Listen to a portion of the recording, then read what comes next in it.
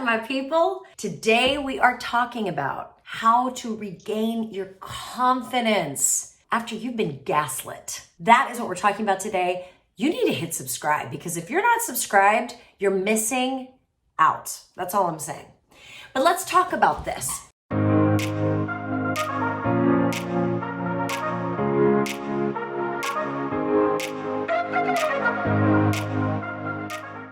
When we get gaslit, the most devastating fallout from that experience is the erosion of our own self-confidence.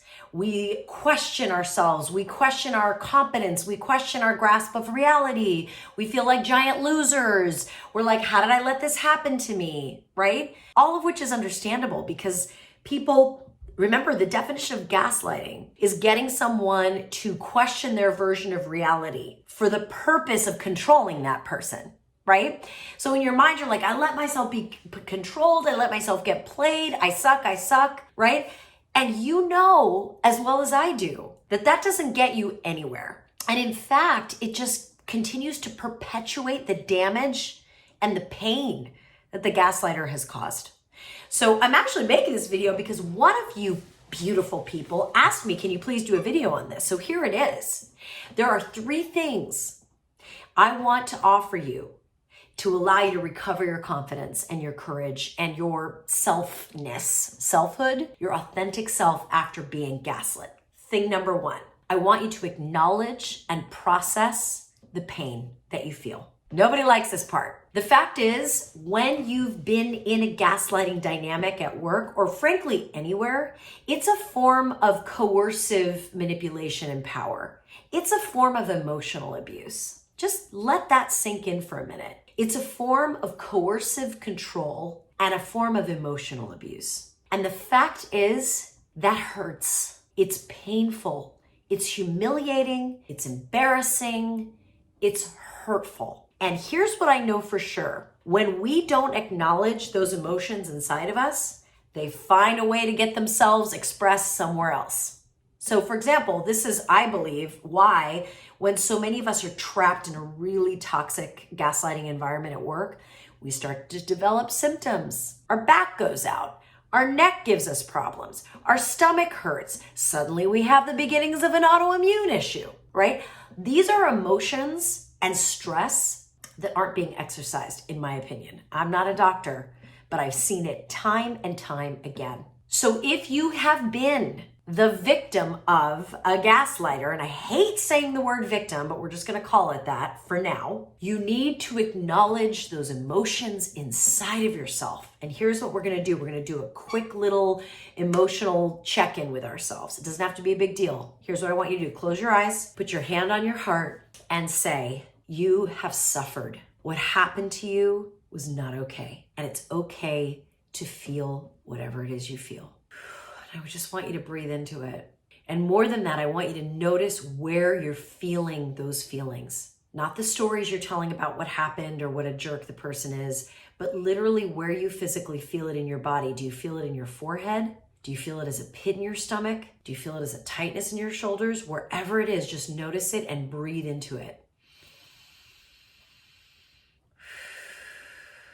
What you're doing is you're creating a little bit of space around that area, that pinched, painful area in your body, because emotions register in the body and you want to breathe into them and it's almost like giving that part of your body that's experiencing that stress and that pain, it's giving it a little massage with the breath.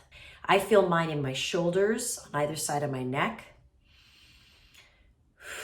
And I feel it in the center, like my solar plexus. Few more breaths. And then I want you to close this out by saying, I see you, I hear you, and I've got you.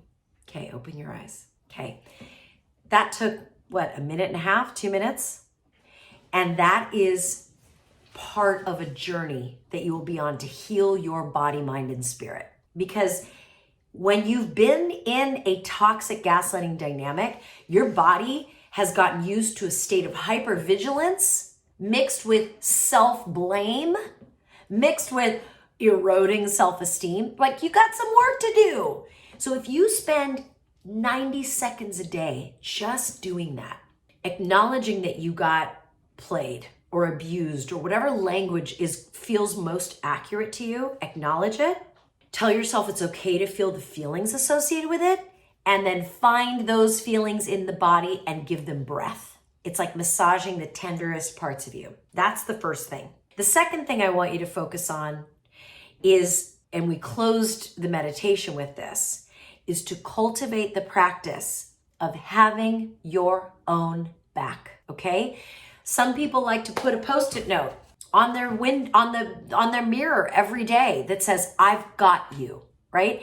No one can mess with you if you've got your own back, right? There is a higher self version of you that is untouched by all the drama and the trauma of your life. Some people call it the authentic self. Some people call it the soul. Some people call it God. You can call it Wednesday Addams. I don't care what you call it. Just know that there is a part of you that is timeless, whole, and perfect. And that's the part of you that has your back. So create a mantra, put it on a Post-it note. Your mantra could be as simple as I've got you. Your mantra could be as simple as I love you. Whatever it is, work the muscle of having your own back in the form of a mantra and say it all damn day, anytime you think of it. That's 2. 3 is I want you to build a framework for dealing with moments of conflict.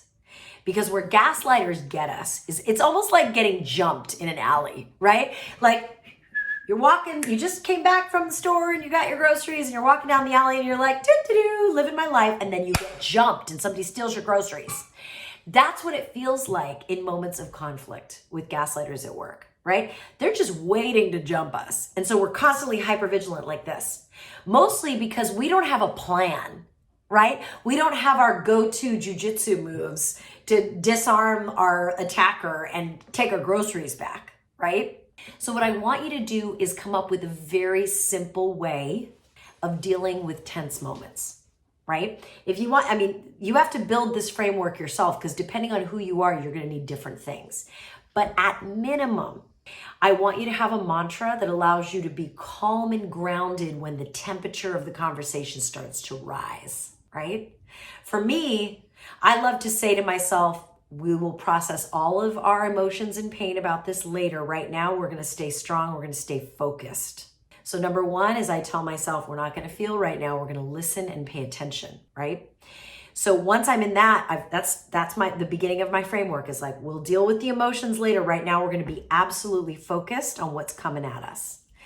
The second thing I do is I make them own what they're saying. So let's say they say something shitty or something.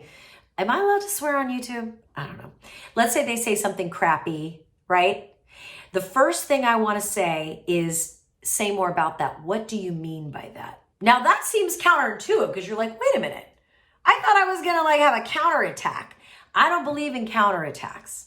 I believe in making the gaslighter own what it is they're saying, because a lot of what they're saying is passive aggressive and they're hoping that they want to make you guess. They want to make you feel like, oh, I know what he's talking about and I feel bad. No, make them own it. What did you mean by that?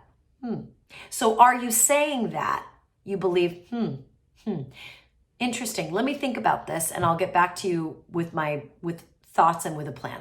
Give me 20 minutes, right? Buy yourself time to process. That is one potential framework. There are many. You got to make yours. I have a whole class on this. Go to noenemy.bronwyncommunications.com and there's all kinds of frameworks in that session. But that's a really simple one that just allows you to slow down the action, right? This YouTube channel is full of ways to deal with it in the moment. What I want you to do is just pick a quick, easy 3-step framework for dealing with conflict in the moment, right? When you do those 3 things, you process your pain and you grieve and you let your body express what it's been holding on to. That's 1. 2, have your own back. 3, have a plan. Have a framework for dealing with these people when the moment comes. And this whole channel is dedicated to that. But just pick 3 things in the moment that you're going to do that are easy to remember and execute. Stay strong, Tune in and keep watching and let me know if this was helpful. Big hugs. Shine on, my friends. We need your light. Oh, and one more thing. If you really want to get good at this, you need to get on my newsletter. Every Monday morning, I give you a communication challenge, a way of showing up in the world as the powerful being that you are. It's free. Get over there. BronwynCommunications.com/subscribe. Mwah! Big hugs. Have a great week.